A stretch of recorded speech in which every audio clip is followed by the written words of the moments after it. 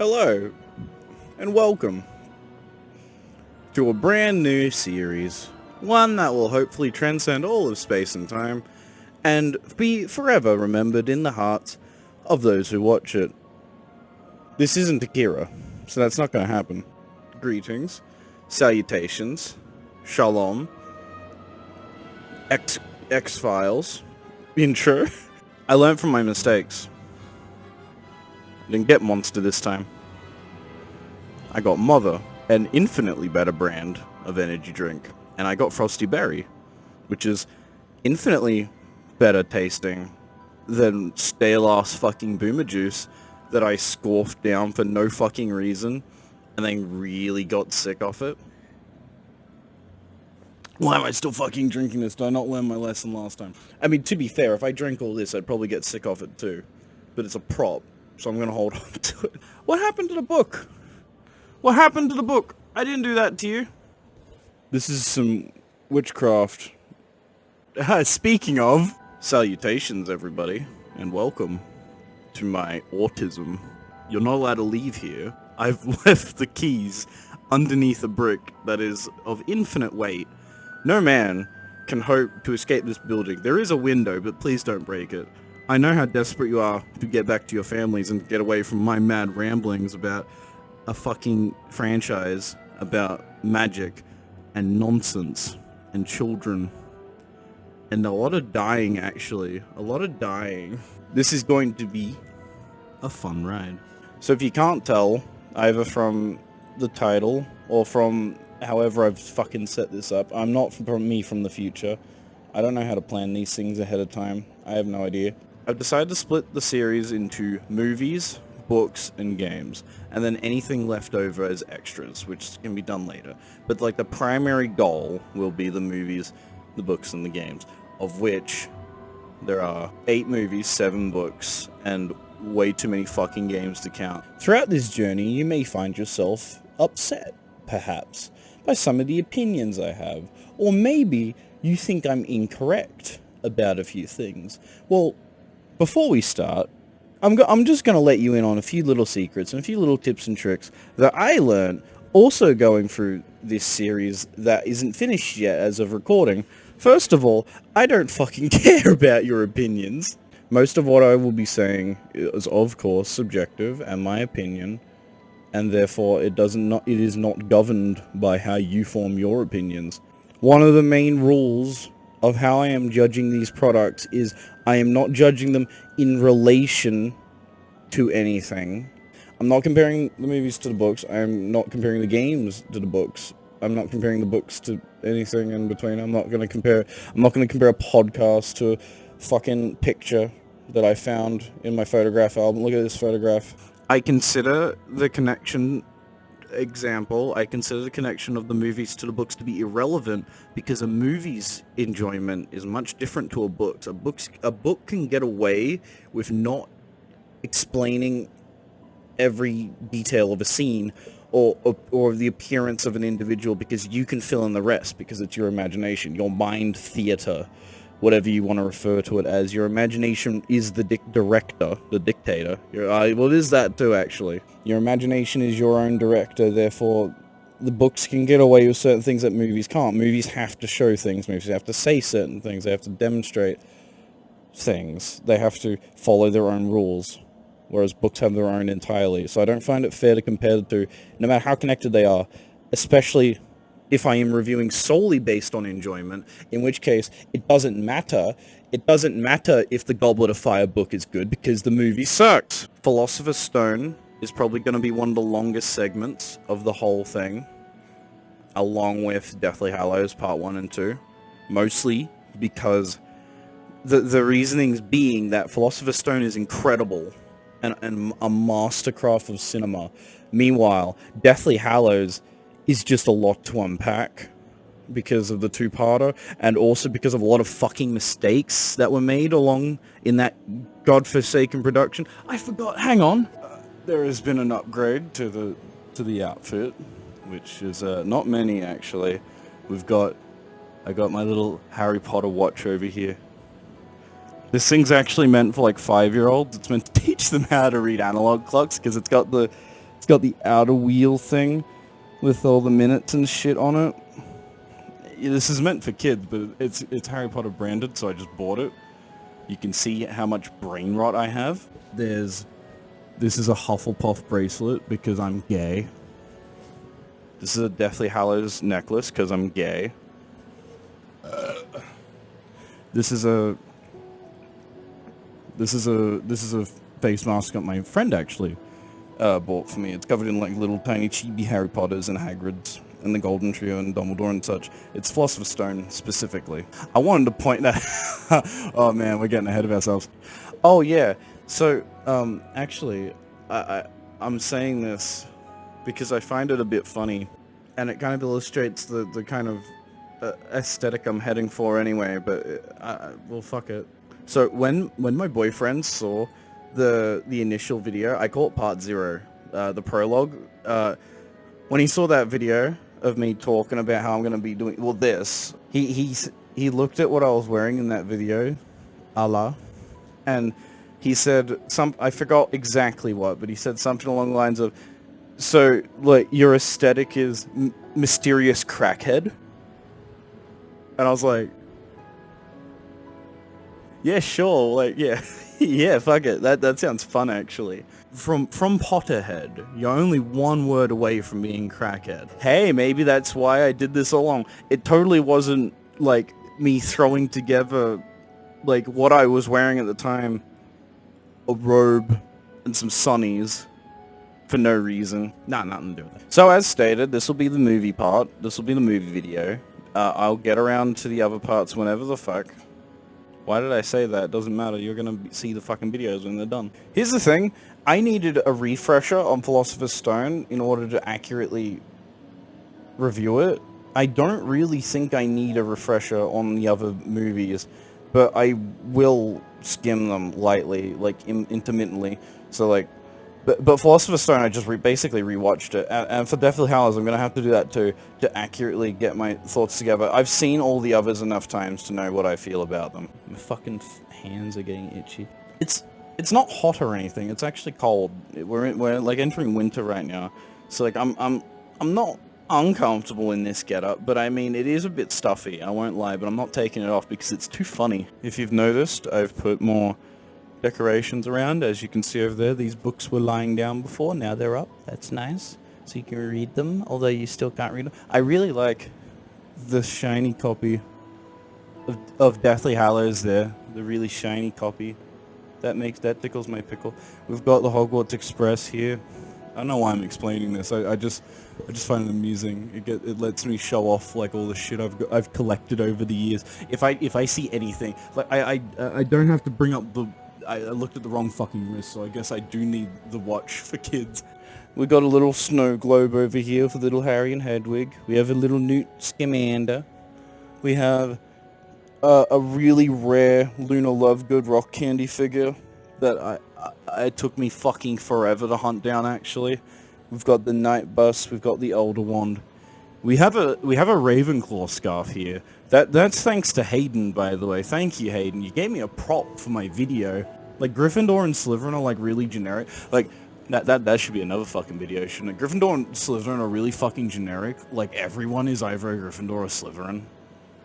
Because it's either people being really basic and just being like, oh, Gryffindor, it's the hero, the main characters of Gryffindor, like just being really basic, or like Slytherins, where it's like, oh, we're not actually that bad, like not apologists. That's a stupid way of putting it. But like people who are like, oh no, we can be different. We're cool. We can inherit the traits of a Slytherin, but be like a good human being. And it's like, yeah, maybe. And then you go, if you call yourself a Ravenclaw, like if you didn't like take a quiz or anything, and you just call yourself a Ravenclaw, I instantly don't like you. Putting yourself in Ravenclaw is like saying, like, I am so smart. I have IQ 500. I'm so wise. I know everything. I'm so smart. Everyone loves me. I write books. I love books. I love reading. I'm so smart. I'm so smart. Anyone who walks around going, I'm so smart, needs a smack in the fucking face. Anyone who willingly puts themselves in Hufflepuff like me is just an idiot, I guess. Hey, what's that? You didn't go for like Gryffindor, the most boring one. Slytherin, a relatively interesting choice, but a common choice nonetheless. Ravenclaw, the worst choice, or Hufflepuff, the middle ground. And you went Hufflepuff. Yeah, alright. Do I have anything? Oh yeah, because I was complaining shit about the Ravenclaw scarf. We've got Hagrid down there. My little misprint Funko Hagrid. It's probably not worth that much, as much money as I hope it is. And that's just a puzzle kit down there. That's nothing. Oh, and I got my wall banner up there. I thought it'd look better behind me than on my door. This will go down later. I can't shake my fucking arm around. I can't shake my arm around because I fucking pulled a muscle playing Overwatch, unironically playing Overwatch and pulled a muscle.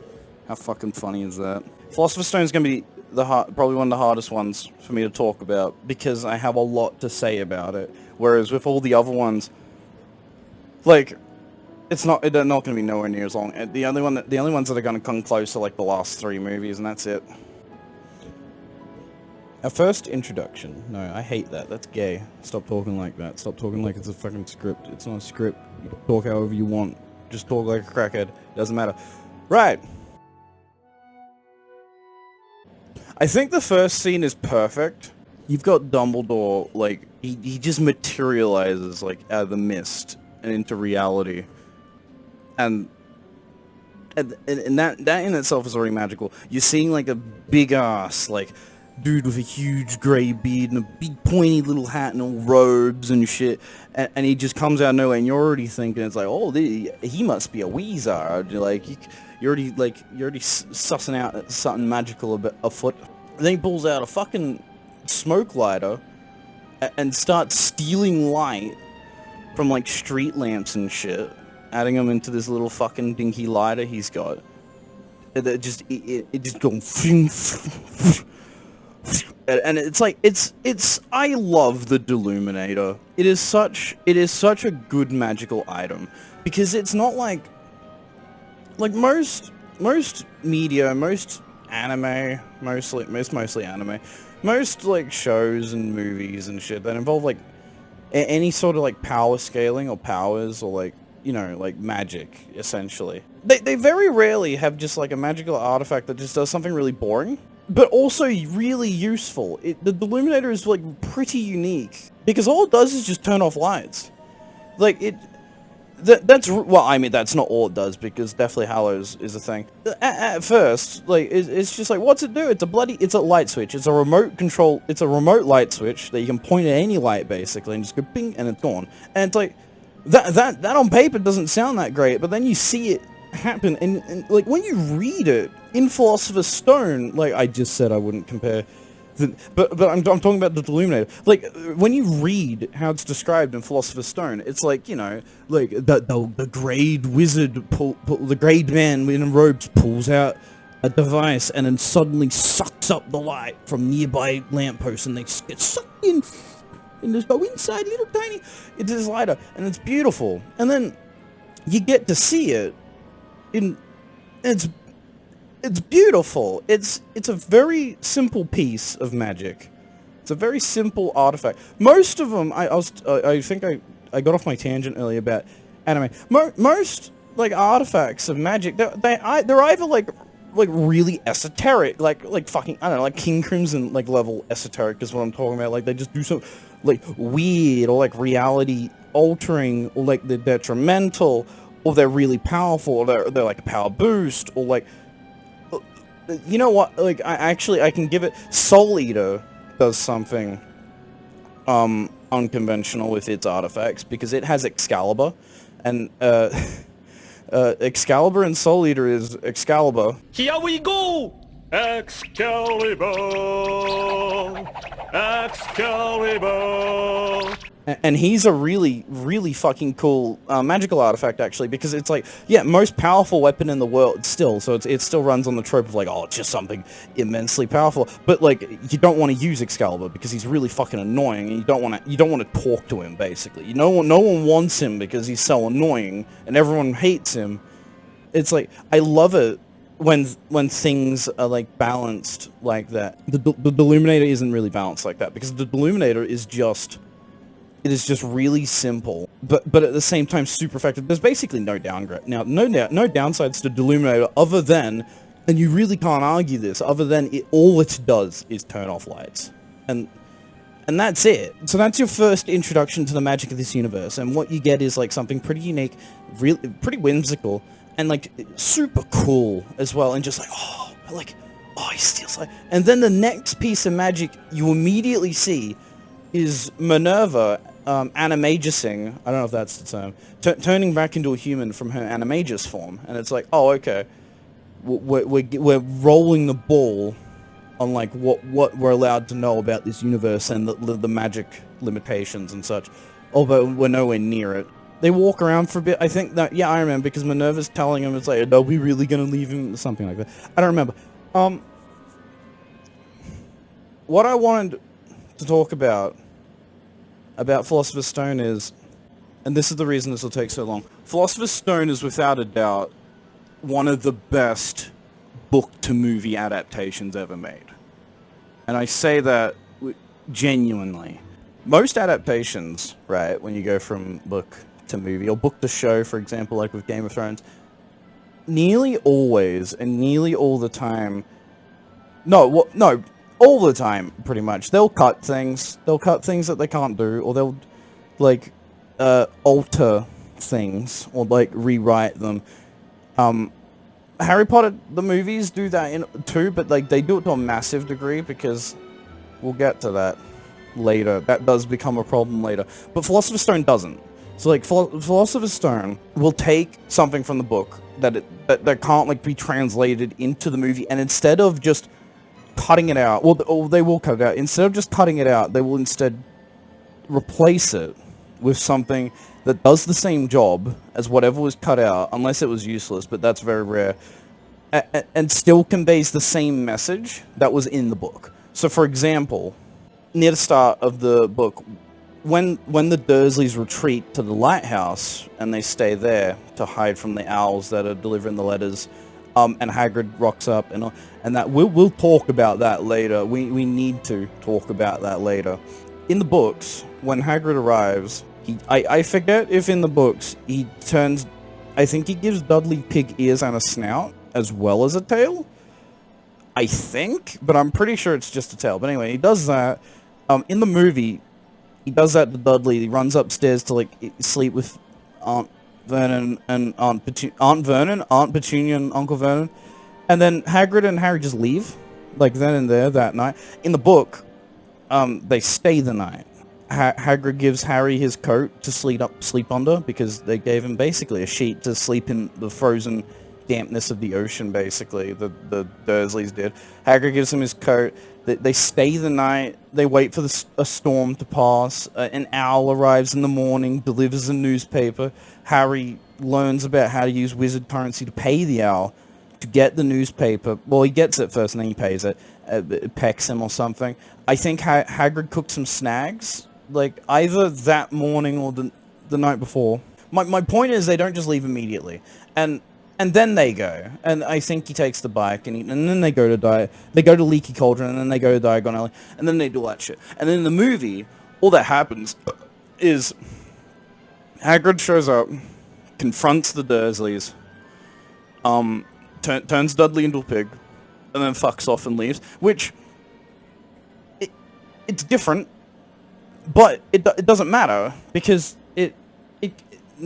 nothing was lost, right? Like, nothing of value was lost. There was no message lost in that translation, but it improved it for a movie, because if the movie can't drag itself on too long, that's the thing, because they have this mentality of like, we have to catch the average moviegoer's attention. That's a problem we'll talk about later. So, like, it's just quick, like, Hagrid, you're a wizard, Harry. I'm a what? I'm a wizard. I'm going to turn your cousin into a pig, unless you'd rather stay, of course. And then we go, and it's like we get on it. We just go to London. We just get on with it. And it's like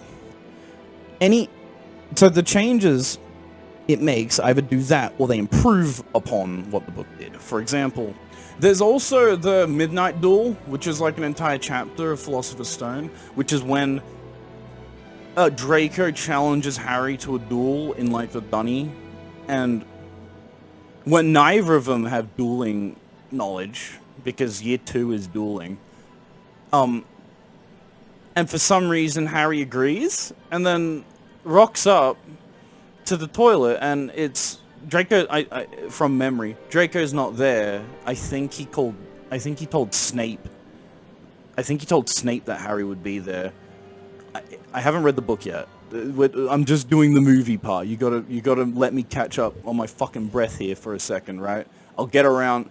I could just go grab it. I forgot. Like, Draco's not there. And he's trying to get Harry into trouble. Nothing happens because of that. Like in the book, it's just like all it is just basically Harry was challenged. He didn't want to look like a pussy, so he goes. It's a trap. It's an ambush, whatever the fuck. I don't fuck. It's a trap. It's a setup. He gets out of it. I'm pretty sure. Nothing comes of it. It's just pointless. And that's not in the movie because it didn't need to be. Most of the time when the movie improves something from the book, it is because of like an actor, like Alan Rickman doing Snape anything. Because I mean, Snape is completely dialed the fuck down in the movies compared to the books. Because like, in the potion scene, which is very iconic, we're getting to that. In the potion scene, where he's like basically teasing Harry and shit about like, oh, you don't know what this thing is, oh, you're famous. It's like, he is so much worse in the books, because in the movies it's just like, tell me what this is. What about this? What about this? Pity. And that's the whole scene basically. But like in the book, Snape's just like, he's just like, do you know what this? No. Oh, Mr. Harry Potter doesn't know what this thing... Do you know what this thing... No? Oh, he's an idiot! And just basically, like, up his ass the whole time. Like, in his throat. The whole time, like, he's asking, it's like, do you know what this thing is? And Harry's going, and just crapping himself, basically. Hermione's next to him, like, raising her hand higher and higher, to the point where, like, on the final question, she's jumping... basically, just like, and let me answer the question, because she's an OCD know-it-all that no one likes. We'll get to that. Snape's asking all these questions, ends with Harry being like, why don't you ask Hermione? She clearly knows. And Snape's like, point from Gryffindor for being a smart-ass fucker, basically. Snape is so much worse in the books than he is in the movies. He's very diluted in the movies, and I don't know if that's, like, also for movie audience, or if they wanted to, like, do a different take on Snape. If they wanted to do a different take on Snape, they spot fucking on. Alan Rickman knew Severus's plot twist from the very beginning of production, because J.K. Rowling told him, because she thought it would be very important for him to know, which I agree, because Snape is one of the most pivotal characters in the lore, and he probably did deserve to know, and it definitely did help him act out his character. Job well done. Like, a lot of it's just the actors, honestly, that improve the scenes. Not the child actors, though. I have to specify that, because, like, man, I love you, Daniel. I love you, Rupert. Emma can fuck off. But, like child actors, man, they're fucking rough to watch. It's very rare to find a good one. Philosopher's Stone, I said before, is the best book to movie adaptation. I gave my reasonings. The things that did that, blah, blah, blah. Like, that's a reason to like it, and I know I said before, it's like, we're not comparing how accurate they are to the books, and I'm not.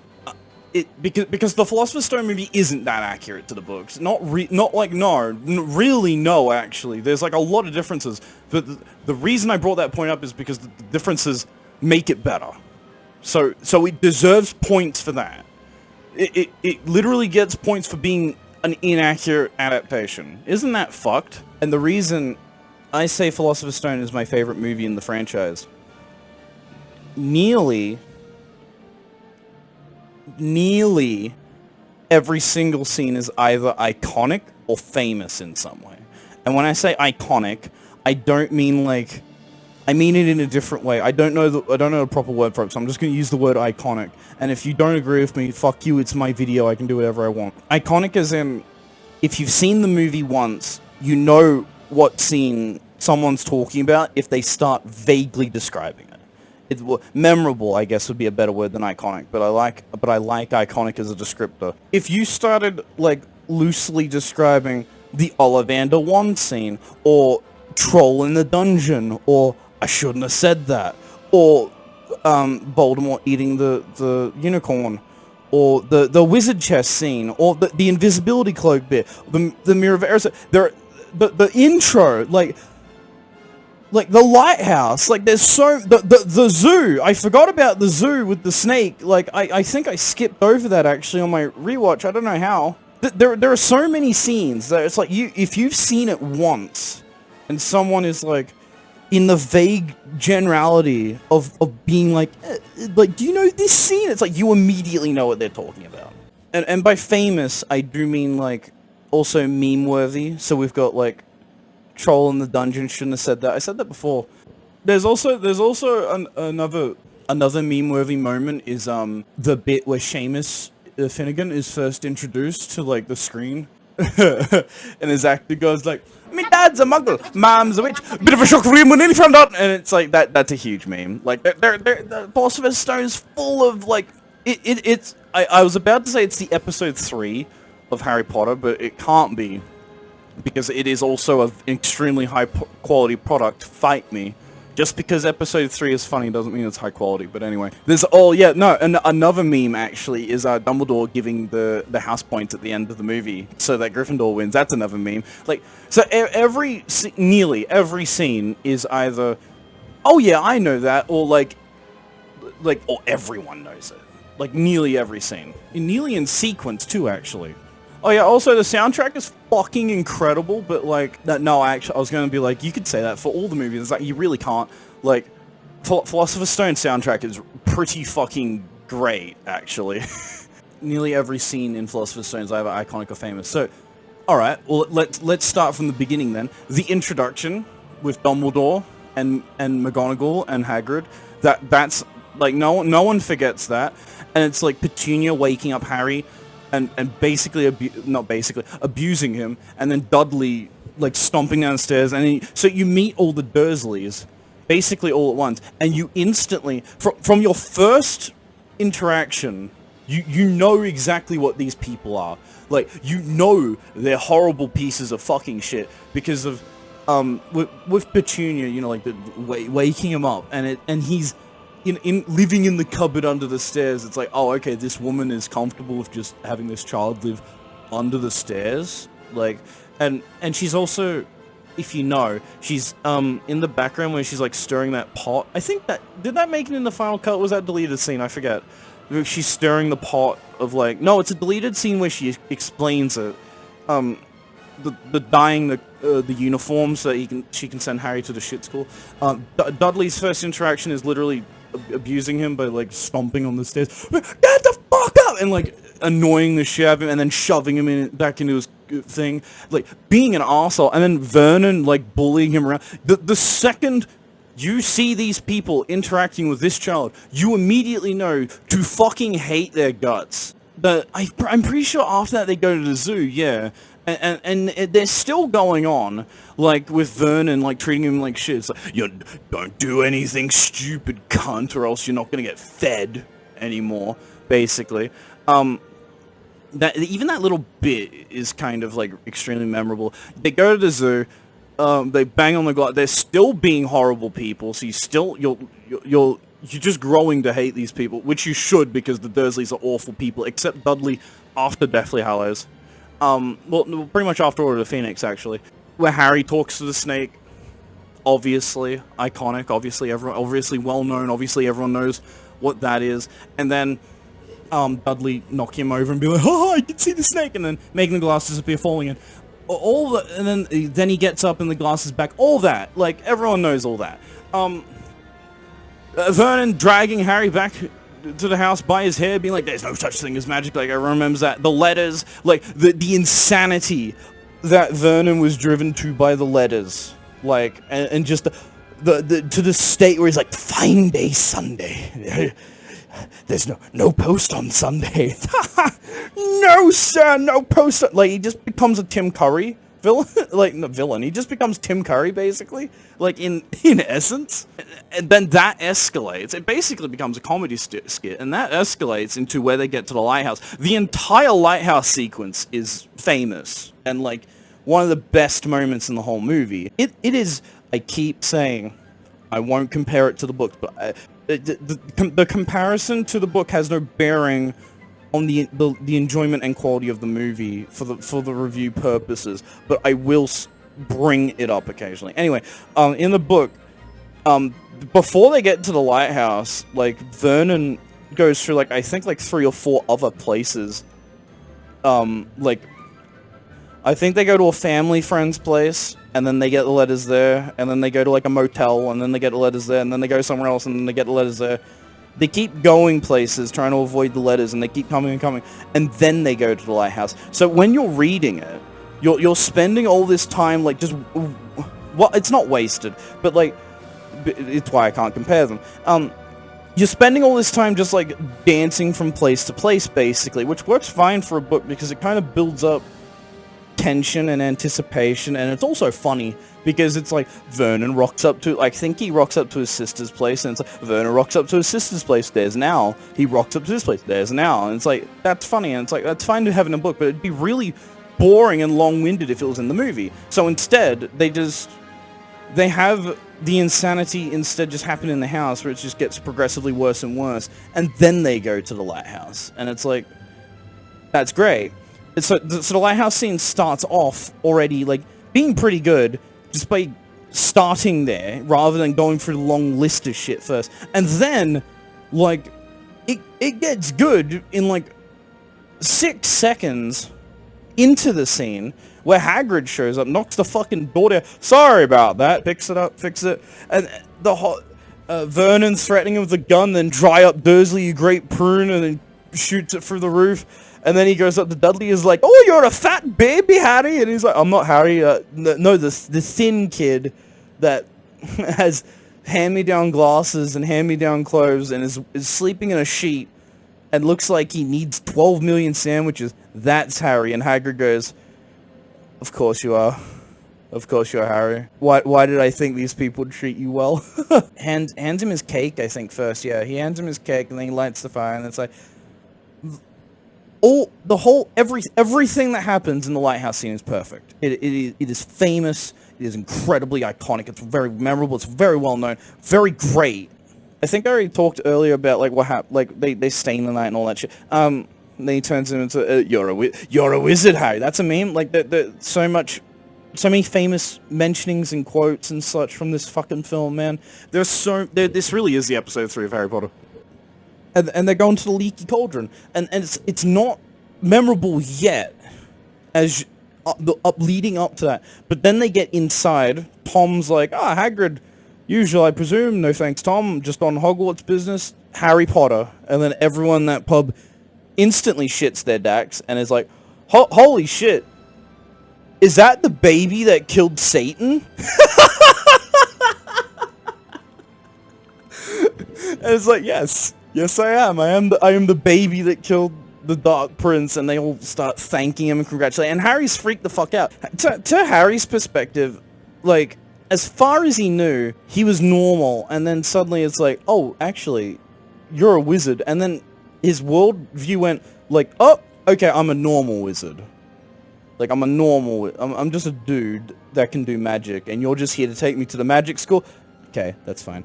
I need to take this fucking watch off. It's actually cutting off circulation in my fucking hand. There we go. Like, to Harry's perspective, he's just like, oh, okay, this is like student guidance counselor, keeper of the keys and grounds of Hogwarts. Okay, so, like, I'm just a guy, and they're just coming to get me because my aunt and uncle are just cunts. Okay, I'm nothing special. I'm just a dude. And then he walks into this pub full of wizards, and every single one of them knows who he is. Every single one of them knows exactly who he is, and they're all welcoming him back, and they're all really fucking happy about it. Quirrell's there too, and they go to Diagon Alley, and it's like, see, Harry, you're famous. Why am I famous, Hagrid? I can't tell you that. And it's like, I really like the Leaky Cauldron pub scene because it's very organic, right? It isn't... It would be really bad if, like, Harry's first taste of, like, fame...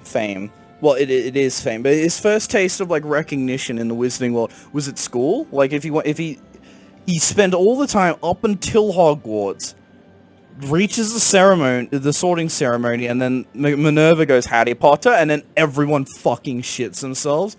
So, it's really good that his first interaction was, like, a bit of a shock and a bit early. But it's done in a way that, like, it makes sense for...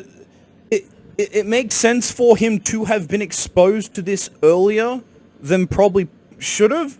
Like, if Vernon and Petunia had just let the letter... If they'd let him read the letter, and then he just arrived at King's Cross Station, and then just went for Hogwarts, he would never have had that shock.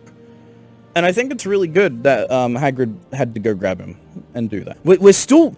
By the way... We're still talking about, like, here are scenes where it's, like, iconic and memorable, and, like, everyone knows it, and it's really fucking good, and it's perfect, basically. Like, perfect scenes. I'm going to skip over, like, bits, but that's because they don't matter. Because, like, not every moment has to be perfect. There has to be filler bits that connect the bits together, and that's fine. Then you get Diagon Alley, and it's, like, Diagon Alley in the books is a bit... funny, actually, and I only remember one bit, and that's that, well, then I don't know why the whole thing's funny, but I remember one bit, and that was when Harry had to go to the tailor's to get his uniform measured out for him, which I don't understand because magic, but whatever. He had to get his uniform measured out for him and made for him, and Draco's there, and he has it, Harry's first interaction with Draco was in Diagon Alley, and just from, like, when Draco talks to him, he assumes that he's, like, another pureblood wizard supremacist, basically, and he's just talking, like casually, just like, oh yeah, look, oh yeah, you looking in, what house, you're going to Hogwarts, oh yeah, how good are you? I'm pretty good at magic, oh, you going into Slytherin? Oh yeah, filthy fucking muggle-borns, am I right, basically, and Harry's like, what the fuck are you talking about?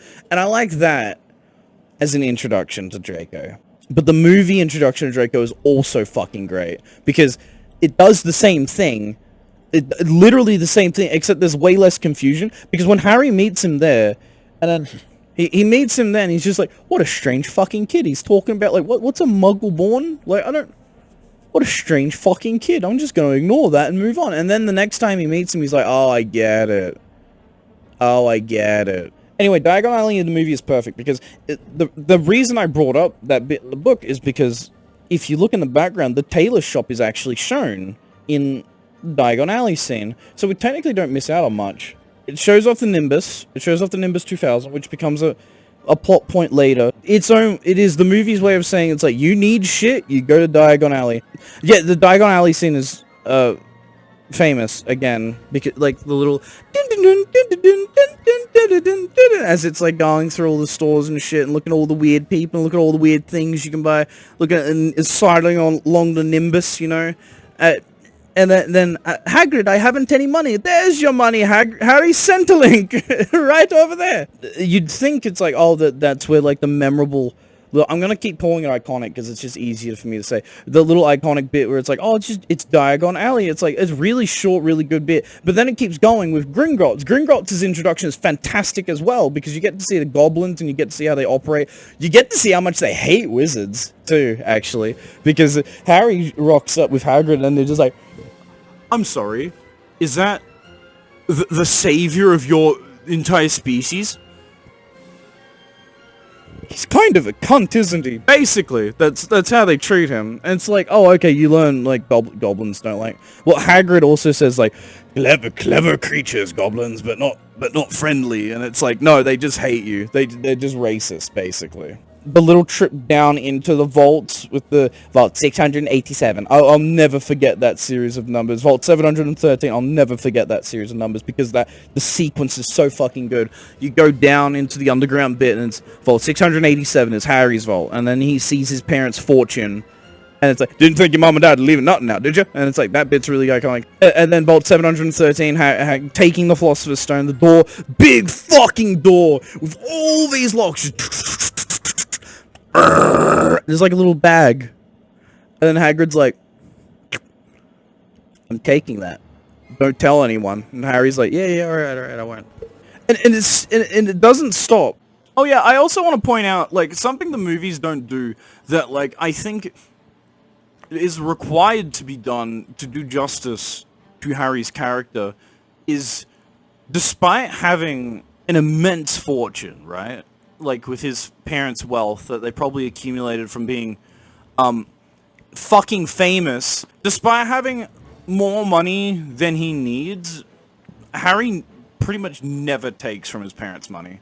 He does if it's like, I need school supplies, or like, I need food. If it's a necessity of like survival, like, I need this for school supplies, I need this for food, I need this to like pay fucking rent or something, which he never has to. But if he needs it, he will take what he needs, but no more than that, typically. There is an exception to that, but it makes sense. On the train to Hogwarts, where he just pulls out like a ton of money. I don't know why he's got money going to Hogwarts, because he can't go to Hogsmeade yet until year 3, and he just pulls out all this money and he's like, I'll buy one of every lolly from the Eldritch Train demon that I forgot about from Cursed Child. I can't wait to talk about Cursed Child. Yeah, but typically Harry is very conservative with his money, and he hates spending too much of it, because he's like, no, this is my parents' money. I need to earn my own money, which the movies never do. They never say that. They don't do a lot. All they show is basically Harry seeing a bunch of gold and cocaine-izing, and then taking a lot of it and then just buying a ton of sweets. It makes sense why he bought that whole trolley of sweets, by the way, because it's full of, like, stuff he's never had before. Because in the book, I'm gonna keep saying this, in the book, when he approaches the trolley, he's like, oh, finally, I have money. That means I can have Mars bars, I think he specifically says. And then he sees, it's like, no, actually, this is like a whole ocean of shit I've never seen before, and, like, kind of want to try. And he's like, I'm getting all this. I want to try all this. And it's like, yeah. Like, fucking yeah. Like, I'd be blowing money too. It's like, I can have magic lollies? Yeah, sign me the fuck up. Like, duh. No wonder he bought the whole fucking trolley. And then in the books in the movie he just buys like a bunch of we'll take the lot. Whoa, and then Ron is just eating with him. But in the book, like, he brings all the candy back to his seat and puts it down, and then just starts eating, like, random shit, basically. And Ron is just sitting there looking at his Sanger. Man, I wish I had proper food. It'd be really swell right now if someone could offer me some food. And then Harry's just like, just fucking have some food, man. Basically, that's how that sequence goes. Why did I bring that up? Oh, right, because it's about the money thing. Immediately after, the Gringotts scene, I'm pretty sure it's just Harry's just bought everything, basically, and it's like, I need a wand, and then the Ollivander wand scene begins, which I keep saying this, but it's an iconic scene, and it's a very memorable, very famous scene. It's probably the Ollivander's wand shop scene is probably the most replayed like YouTube clip of Philosopher's Stone ever. It is probably one of the it probably is actually like the best moment in the whole movie. I literally don't need to explain it. Everyone knows it. I don't need to explain myself. I refuse, in fact. He's lying! One of the things that makes the one-shop scene so fucking good, not just how it's executed, and not just, like, it's Harry's first introduction to, like, proper magic, like, that he's, like, proper magic that he's using and can channel, unlike most of the time where it's just spontaneous, because that's what child magic's like. All that's great, and Ollivander's great, and all the wand shit is fantastic, but the best part of the whole fucking scene is Ollivander telling Harry about Voldemort, and being like, you were hurt by Satan. You were hurt by the Dark Prince himself. You were hurt by the most evil motherfucker the most powerful evil motherfucker to have ever existed. And that gives Harry so much incentive to press Hagrid further. Because before, all he was running on was, I walked into a pub and everyone knows who I am? That's weird. And then he goes into a wand shop and the guy's like, Satan killed your parents, and that's why you're famous. And it's like, oh, well, no, he doesn't say that. He says, Satan gave you that scar, and it's like, that's enough. That's enough to get Harry to be like, okay, I need to get to the fucking bottom of this. Like, Hagrid, what happened? Leads into another iconic scene. It's gonna keep rolling, by the way, which then leads into Hagrid recounting the tale of Voldemort and how he fell. And that whole sequence is amazing because the visuals are so fucking good, and the way it's like it's shot like a dream, and that's great because it's like that's like the fuzzy, like that'd be how Harry would be remembering it basically. And that's all fucking. The music for that part is fantastic as well. Hagrid's narration is great. It's very dark and tense, and it's like it gives. It's so good. I love that bit, and then Hagrid ending it with like, yeah, that you're the reason you're famous is because you're the boy that survived Satan killing him. One of my favorite bit of Hagrid recounting Voldemort's downfall is he starts off by being like, oh, I can't spell his name. I can't say his name. Oh, like he struggles so bad to say Voldemort's name, and then he goes, all right, Voldemort, and Harry's like, Voldemort, shut the fuck up, don't say that loud. And then when the scene starts, Hagrid just goes, Voldemort. So it took him 3 years to say it the first time. To say that Voldemort. It's like, it's so easy the second time apparently. The whole boarding the train bit is also really fucking good, except it doesn't become iconic until the Weasleys are introduced. So it leads from there to Hagrid and Harry at King's Cross, Hagrid abandoning him and being like, here's your ticket, let's stick to your ticket, and then nothing. So that's nothing, and then it goes on to like Harry being a moron and asking a muggle, it's like, hey, do you know where the magic platform is? And the guy looks at him like, he's a fucking moron. He's like, what are you talking about? And moves away, instead of like calling Child Protective Services. And then the Weasleys pop in the view, and then the scene becomes iconic. Because it's just Molly just basically being like, look at all these muggles! Look at all these fucking idiots! We're gonna board the train! Platform 9 3/4! Look at these fucking muggles everywhere! Basically. And Harry being like, they might be wizards.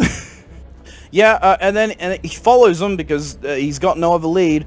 Sees fucking, I think it's Percy that goes first. Percy runs through the barrier. He's like, what the fuck? And then it's like, alright, and then Gred and Forge fucking start trolling on Molly and being like, he's not Fred, I am, honestly, woman.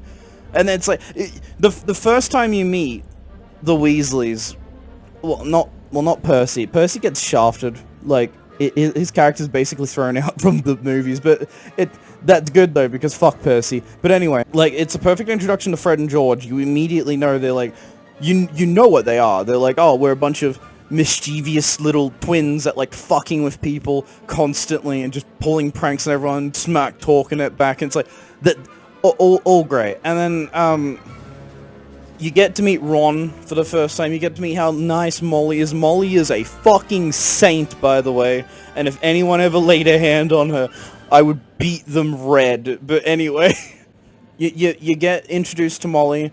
And Ginny, kind of. But Ginny gets shafted in the movies, too.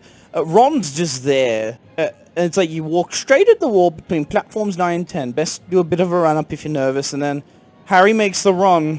And it's like, goes through successfully. I've seen the behind the scenes of making that work, and it is extremely fucking difficult to have made that scene work. Like, when Harry goes through fully, when he's on the other side, the brick wall that's behind him with the shadow and everything, it's not a real, it's CGI obviously, but it's like, it's not like, oh, there's a green screen there. No, it's like there's a tunnel there, and on the other side of it are actors, and there's just a space there that they got to fill in and add a shadow to. It was really hard. Anyway, And then he rounds the corner, and there's the Hogwarts Express, which is like one of the most iconic shots. Because it's the front cover of the book. It's the one everyone thinks of when they, well, not the one everyone thinks of when they think of Philosopher's Stone, but it's one of them. That's what I meant by like the little filler bits interconnecting, like the iconic bits. Like they're there, and they're kind of boring, but they always lead to something that's cool. And just loop. That's the whole movie on loop, basically. It's just full of scenes that, like, everyone knows. So, like, yeah, like, and I've already brought up, like, when he bought all the lollies and shit, and then Hermione comes in and she's, like, being I hate Hermione in the movies. So, get used to me just saying how much I fucking hate Hermione in the movies all the time. But Hermione shows up and she's like, do some real magic, and it's like, fuck off, whore. Hermione comes in, she's like, get changed into your robes, we're arriving soon, you've got some dirt on your nose, by the way. Thanks, bitch, I didn't know.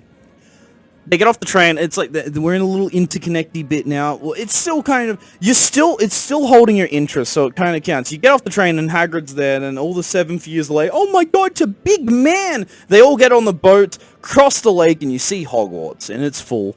And it's fucking beautiful. And it's one of the best...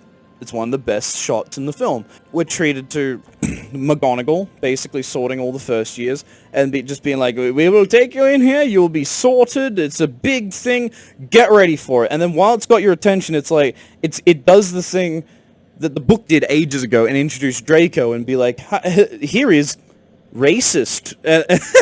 And just be like, here is bully, Draco's not even a bully, here is pathetic ant that is insignificant but thinks he's as big as you, basically.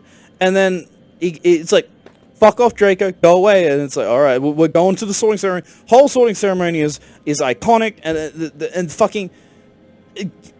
fucking going through the Great Hall for the first time and seeing it in its entirety is fucking beautiful.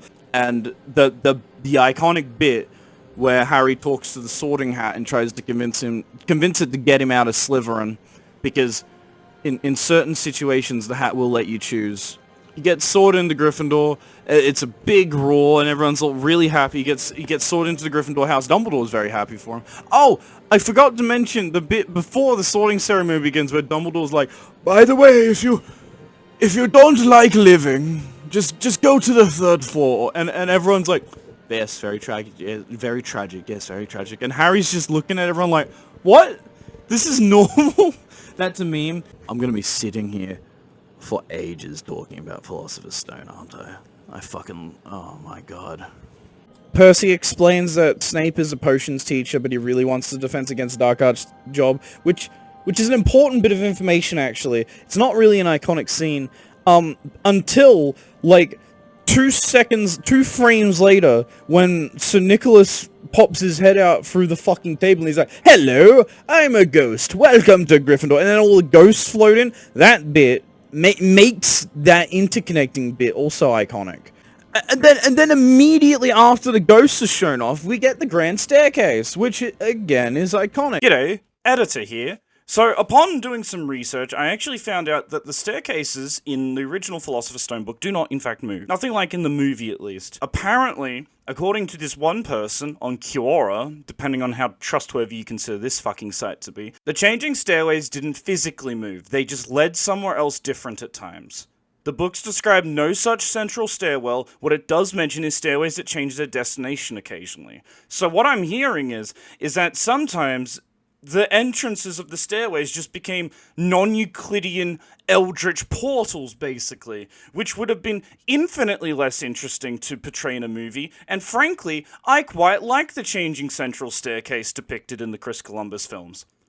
This person, however, does not. I, however, do not fucking care. And then, immediately after that, we're led to the Gryffindor dormitory, and it's like, password, and then they get let in, and it's like this whole huge, oh look, it's like a cool, oh shit, it's like a cool dorm room where we can like chill out and shit, and there's a hidden password, and it's like a little comfy fireplace, oh, it's rad, and he's like, this is where you'll be staying for like the whole time. And then Harry is like sitting at a window, just looking outside, just being like, I'm so fucking happy, I have a home now, basically. And it's like, oh, that's great, I love you. You know what immediately happens after Harry is introduced to his dorm room?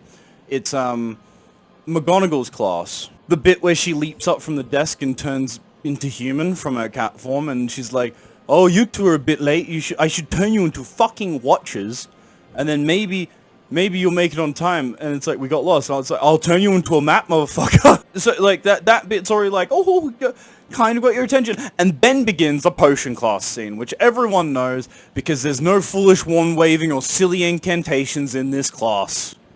Everyone knows that scene. And then immediately after the potion scene, Seamus is trying to make rum out of water, and that kind of goes about as well as any time Seamus ever does anything ever, which is explode. You know what, actually, like, here's the bit where it kind of, this doesn't break the streak, actually. After that is the flying class bit with Madam Hooch, where she's basically teaching 11-year-olds how to ride a motorbike, except it's without helmets or, like, protective gear, and, like, going from 0 to 80 in 0.2 seconds.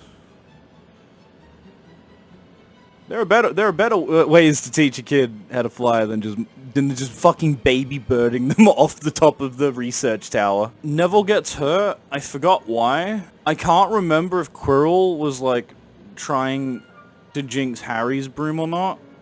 I'm not sure about that. I can't remember if Neville was just being really dumb or if something afoot was amiss. I don't know if I said that right, but you know what I meant. I can't really remember, but I remember, yeah, Neville gets injured and Hooch has to take care of him, and then Draco, here's the really funny bit, and this is kind of another tiny little spoiler. Get the fuck... Draco, like, he's the first person to get his broom up, and from that alone, he's like, I'm the best, and he immediately thinks that everyone else is just a bunch of shitters, basically, including Saint Potter over there. And so... he picks up the Remembrall and he's like, haha, I'm gonna fly around. I'm so good. I'm so fucking good. I'm so fucking good at flying. And then Harry demolishes him because Harry is just an infinitely better flyer than him. And he throws the thing, and then Harry still catches it because he's an infinitely better flyer than him, humiliates him and makes him look like a jackass in front of the whole class, and the whole class is like, yeah! Then McGonagall comes and shit, and everyone's like, oh, you're expelled. And she's like, come. We're getting wood. I'm getting wood for you. In the book, because it's all from Harry's perspective, so we get to like hear his thoughts and shit about certain things. So when McGonagall goes into the classroom, she's like, "Can I borrow wood for a moment, please?" Harry's thoughts say like, "Oh God, is she getting a cane? Is she gonna kill me?" And then a dude comes out and he's like, "What?" And it's like, "Wood, I found you a seeker." That whole bit's really funny. It's mostly the bit where Malfoy, like, picks up the Remembrall and starts fucking with Harry until, like, until Wood. Like, that whole bit there is, like, the memorable, iconic bit. Not... The flying class itself is funny because, like, Ron smacks his head and shit, and Hermione's useless because she's useless. And Harry just gets it immediately and just starts showing his stuff. Hermione's got that bit where she's like, what an idiot, and it's like, as much as I hate Hermione, that bit's really memorable. So the whole flying class is too, as well as the conflict bit.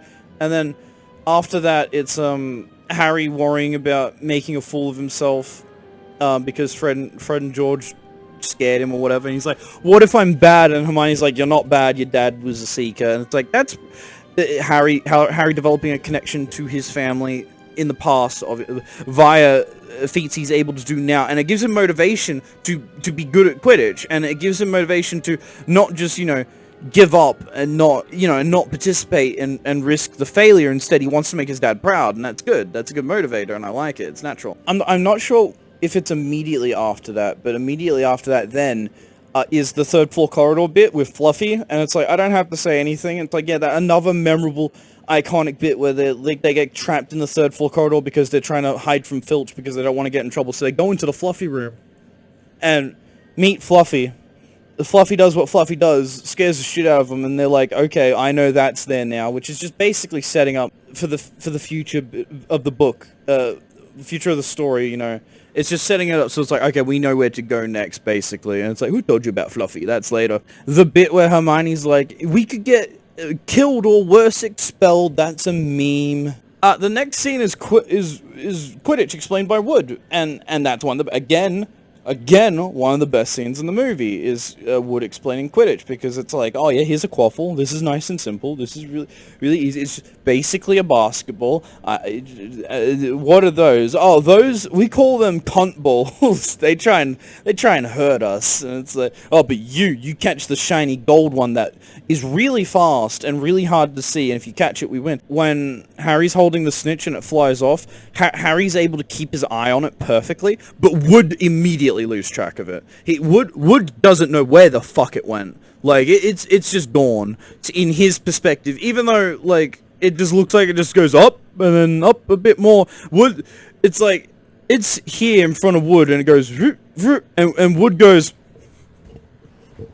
but like dead ass, like wondering where the fuck did that go. Meanwhile, it's just going up basically. So I like that it shows, yeah, the snitch is actually like super hard to see and super hard to keep track of, and it's really fast and really hard to catch. But because Harry's a naturally good seeker, he can just keep his eye on it. It's like, that's a good detail. I like that. Oh yeah, and then immediately after that is the Charms class scene with the Wingardium Leviosa, swish and flick. It's Leviosa, not Leviosa. Like, everyone knows that scene. That's obviously famous, like, memorable, icon.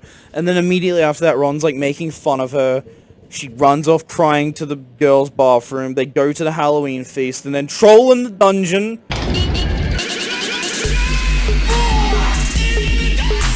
They go to help her, and they start the troll fight, which is, again, like, well, they're trying to get back to the dorm room, and then they separate from the rest of the Gryffindors, go to help Hermione with the troll fight. Troll fight happens, and then all the teachers run in, and they're all like, oh my god, a bunch of fucking first years just took on a mountain troll?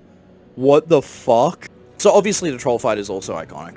Immediately after is the Quidditch match. It starts with Snape being like, good luck with Quidditch today, Potter. Ha ha, you're fighting Slytherin, I see. Ha ha, eat shit.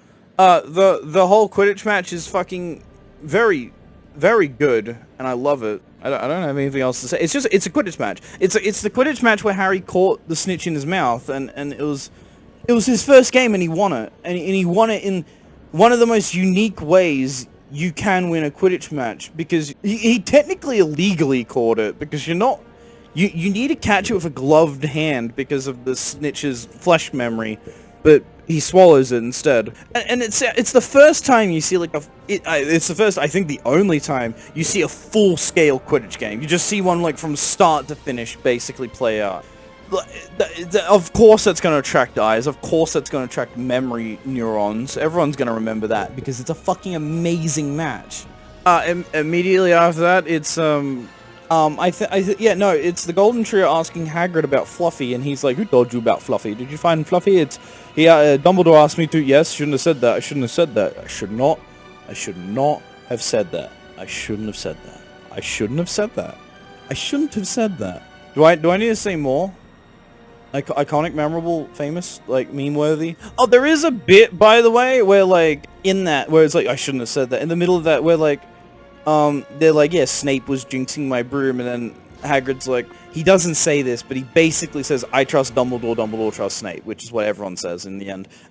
He says he's a Hogwarts teacher, and Hermione's like, I know what this spell is. He was using a spell. And it's like, Hermione, shut the fuck up.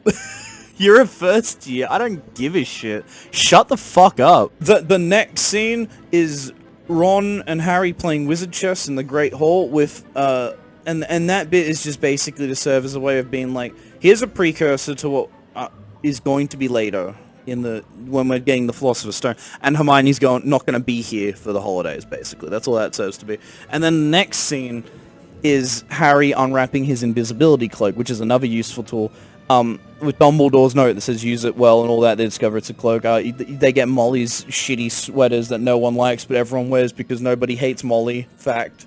Harry decides it's immediately a good idea to start using the invisibility cloak to stalk the forbidden area of the library, and then just open a book, and then it screams at him, and then Filch's like trying to hunt him down, and it's all very tense, and Miss Norris can see him because animals can like sense nature Kind of. It's weird. Animals are weird in Harry Potter. You know, like how a dog knows if someone's a good person or not? It's that. Like that, but magic. That's animals in Harry Potter, basically. Or she smells him. I don't remember. He runs out of the library, catches up to Quirrell and Snape, who are, like, fighting, and he doesn't know exactly what about. He almost gets caught by him. Still very tension-filled scene, because he's not out of the woods yet, so you're still on the edge of your seat. Gets away, because Filch is like, there's a student out of bed, and they both act like it's actually Hiroshima 2.0 for some reason. Harry goes into a room to hide away, and then wait until Filch or everyone's gone so he can safely tuck away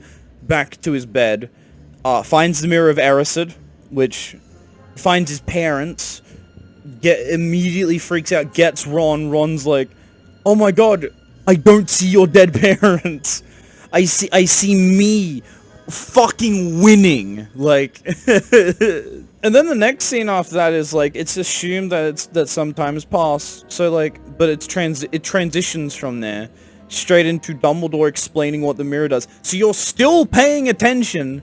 And you're still, like, memorizing these scenes that, like, interwoven into your fucking neurons as you're watching it. It's amazing. And Dumbledore explains, like, the Mirror of Erised shows your greatest desire, drives men mad, it will be moved tomorrow. Then they go to the library and learn about the Philosopher, because they were trying to find Nicholas Flamel, and that's what Harry was in the library to find Nicholas Flamel, but it's like, no, he's like common knowledge, so he's not in the Forbidden Zone or whatever, the library. You can just find his fucking name, you idiots. And it's like, Nicholas Flamel made the Philosopher's Stone. And then go to Hagrid's. None of that, actually. You know what? No, I've been arguing a lot. It's like, oh yeah, it's just a string of iconic scenes. The first time they bring up Nicholas Flamel, where it's like, Nicholas Flamel, who's Nicholas Flamel? And it's like, that was interwoven with, like, the whole, shouldn't have said that mean bit, so it's fine. It fits together either way. But then the bit where they're in the library being like, Nicholas Flamel is the creator of the Philosopher's Stone. It's like, oh my god, I'm fucking snoring. It's like, oh my god, he made the stone, blah, blah, blah. All this shit. It does matter, but I don't care. It's not entertaining. And then immediately after that, like, that bit doesn't even last that long, and then you immediately get into Norbert hatching, which starts with, you know, we know about the Philosopher's Stone, and then Norbert's hatching, and Draco catches them, goes to McGonagall, sentences them to detention. All four of you may receive detention, and then we start, and then the fucking forest, which everything that happens in the forest is, like, incredibly fucking, it's incredibly good, and it's very easy to memorize, commit that to fucking memory. Your brain is just, at this point, a roller coaster of fucking dopamine, remembering this movie, except that bit where they're reading the book, and that's it. And that's it. Everything else is just beautiful. It's just a beautiful fucking weave. I love... The detention starts with Filch being Filch. I said it before, but the actors, like, really hold it up. And I don't remember Filch's actor's name, but I know he's fucking amazing, and I know he's in, like, Game of Thrones and stuff. He's great, and he carries it. It's like Filch taking him to Hagrid's. That bit is great. Just Filch escorting them to Hagrid's hut, like... God, I miss the screaming. It's like, how do you hate that? Hagrid being sad because Norberta, is being taken away. Even though in the books they smuggled her out. That's something else. What's our job? We go into the forest. We find out who's been killing all the unicorns and shit. We fucking stop it or whatever. And then Harry meets Quirrell, Voldemort, who's like floating around, being all spooky. And the entire time they're in the forest, you are on the edge of your seat, paying attention, being like, there is something creepy in here that is killing unicorns. I need to point out, by the way, that unicorns in Harry Potter are like one of the hardest creatures in the lore to kill, because they are fleet-footed, which I think is a magical property, which is like, they can outrun anything. They can pretty much outrun anything, including werewolves, by the way. They're incredibly fast. They're very hard to catch. They hate being near males. They sometimes like females, but males are just like, no, I don't want to be anywhere near that. And if a unicorn doesn't want you to see it, or if it doesn't want you to catch it, you're not catching or seeing the fucking unicorn. You know, Hagrid being like, something killed a fucking unicorn. Everyone should have been immediately like, oh, that's a big deal. Something managed to catch, like, one of the hardest creatures to catch in the whole universe. It's like, wow. Beside the dodo, basically. But that's only because they can teleport. After they get out of the forest, I think Harry figures out, it's like, oh yeah, no, the stranger, you told him how to beat Fluffy. It was probably Snape is what he's thinking. You told him how to beat Fluffy, yeah, then so we're gonna go tell McGonagall, oh, Dumbledore got a fake letter to go to the Ministry. You're invested by this point, so you're just committing this to your dopamine fucking train. And it's like, Dumbledore's out, he can't help you, and it's like, okay, so we're alone, which means we have to go. We now have to begin the descent to the trapdoor and get the Philosopher's Stone to keep it out of people's hands tonight, even though it's completely unnecessary. I'm starving. Holy shit. I left to go have some food, so I forgot where I'm up to, but I vaguely remember talking about fucking... Oh, yeah, no, yeah, I remember. Yeah, and then then they go to McGonagall, and McGonagall's like, Dumbledore's out, and it's like, oh, Dumbledore's out, well, and then Snape, like, someone will think you're up to something, and it's like, that's another... memorable line. The rest of the movie is the descent into towards the Philosopher's Stone. So they get past Fluffy, which is kind of uneventful except for the fact that the music wears off and then they get slobbered on and nearly caught. They fall into the Devil's Snare, which here's a fun fucking fact for you. This is why I hate Hermione, because she lands in it, and she's like, oh, I'm just gonna, just stop moving. Goes in, and they're both like, oh my god, it fucking ate her. And then she's like, just relax. And then Harry goes down. That's not what happened. Ron went down in the book. Harry freaked the fuck out and nearly killed himself in the Devil's Snare, and then Hermione had to save him. But no, in the movie, we have to make Ron look like a fucking moron, and we have to make Hermione look perfect, and we have to make Harry look average, basically, or above average, like there, basically, like above competent, which Harry at this point is not fucking competent in magic. He absolutely would have freaked out and gotten caught again. I'm pretty sure the next bit is the flying keys. I mean, that bit's kind of like, the entire descent to the stone is like interesting, but like, the flying and the keys thing, it's like, I mean, it looks visually cool. I guess that's all it serves to be, is it looks cool. It's a cool sequence to break up, like, oh, we just had a giant dog and some herbs try and kill us, and now we're gonna have something that's like an actual challenge. And then the next thing is the wizard chess scene, which everyone knows and everyone's seen. And then instead of the potion puzzle, which was in the book, I don't know why they cut it. Well, I know why they cut it, time constraints. And I forgot, I think there's another puzzle that was in, but they also cut that. I don't remember how many puzzles lead up to the stone, but then immediately after the chess, it's Quirrell versus Harry, which is amazing. And every line of dialogue, every action, every movement, everything that happens in that confrontation is beautiful. Down from Quirrell and Harry talking to each other and being like, no, dear boy, I tried to kill you. Come here, Potter. And then Harry hearing this voice and like all this. Harry getting the stone, seeing his parents in the mirror when Voldemort's promising them, and then seeing them disappear, and then symbolizing it's like, no, I don't think you can bring them back, and you don't think you would, don't think you'd want to. But he discovers, if I touch you, I can hurt you, which is the only time that happens to Voldemort, because the next time we see him, he's back from the fucking dead and immune to the love protection. So the only reason it existed in the first place was to make Philosopher's Stone end in a way that wasn't like a laser duel, because it makes no sense for Harry to be a competent dueler in his first year. So they can't just have him like shoot laser beams and win, because he's not good, and he proves that. He needs ancient protection magic to be able to win that fight. And the only point that the love protection is relevant again is all the way at the dick end of Deathly Hallows, when he uses the Resurrection Stone, and that's it. It's only used twice, basically. Oh, technically in Goblet of Fire, but I'm not counting it though. Harry gets knocked out. He wakes up in hospital. He's covered in treats, surrounded by love letters, wishing him well. And then Dumbledore walks in and gives The conversation between Harry and Dumbledore in the final bits of Philosopher's Stone is beautiful.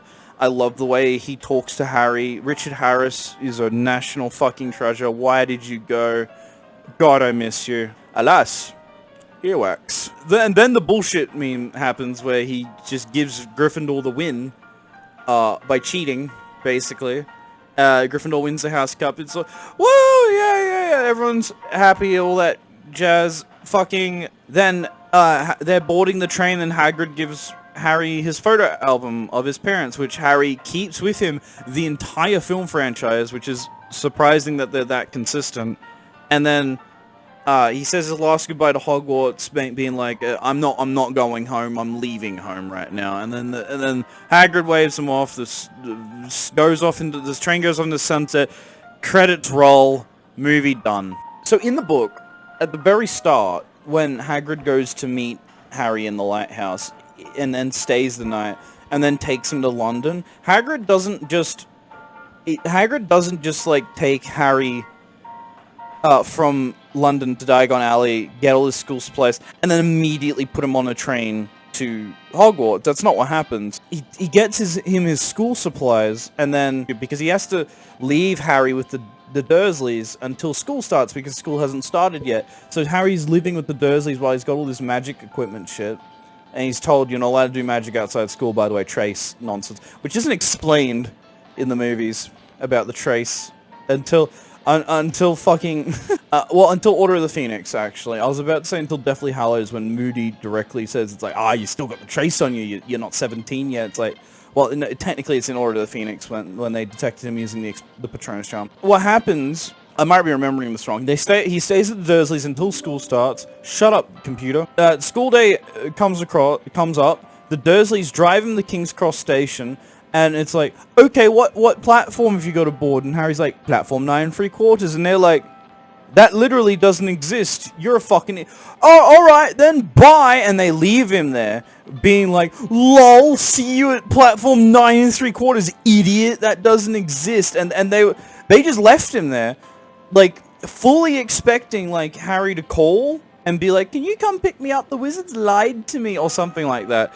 Just, they were 100% expecting Harry to just come home into some capacity. But no, he went to Hogwarts, killed a dark wizard, and then when he got back to King's Cross Station, the Dursleys were waiting there for him, and they're like, you son of a bitch, you actually fucking went to the magic school. And then, and then Hagrid told him, it's like, oh, if Dudley gives you any hassle, just threaten to do some magic on him. And it's like, and Harry's like, I'll give you some years, or something like that, and Dudley cries, or whatever, and that's the end of, and that's Philosopher's Stone. Right, so why did I just run through nearly, basically, scene for scene Philosopher's Stone, explaining why I like those individual scenes and whatnot? Because I started the review of it by saying that pretty much every scene of it is iconic in some way and memorable in some way. And I basically just recounted the whole fucking film to you. I had to prove it, didn't I? So yeah, Philosopher's Stone is probably, in the main line, the best movie. The only competitor I can think of, personally, actually I can't decide that. To me, Philosopher's Stone was always the best. It's the best movie. It's called, I should have said this at the start, it's called Philosopher's Stone, not Sorcerer's Stone. I don't care. Get mad all you want. The alchemical object is called a Philosopher's Stone. The original text calls it a Philosopher's Stone. Nicholas Flamel, in real life, it was, like, supposedly the creator of the Philosopher's Stone. It's called the Philosopher's Stone. I'm not calling it Sorcerer's Stone. You can go fuck your retarded American ass. Actually, no, I'm gonna use this as an opportunity. I want someone to tell me, in the American version, is it just the title that's different? Or is it like every mention? Is the only change is just Harry Potter and the Sorcerer's Stone? Or is it like when it's referred to in the chapters, do they call it the Sorcerer's Stone as well, or do they call it the Philosopher's Stone? I don't know, and I've asked, and no one can fucking tell me, because apparently the Americans can't read, so no wonder. I'm not going to talk that long about any of the other movies, except maybe Half-Blood Prince. Definitely Hallows. There's a lot to talk about there, so don't expect such a lengthy bit again.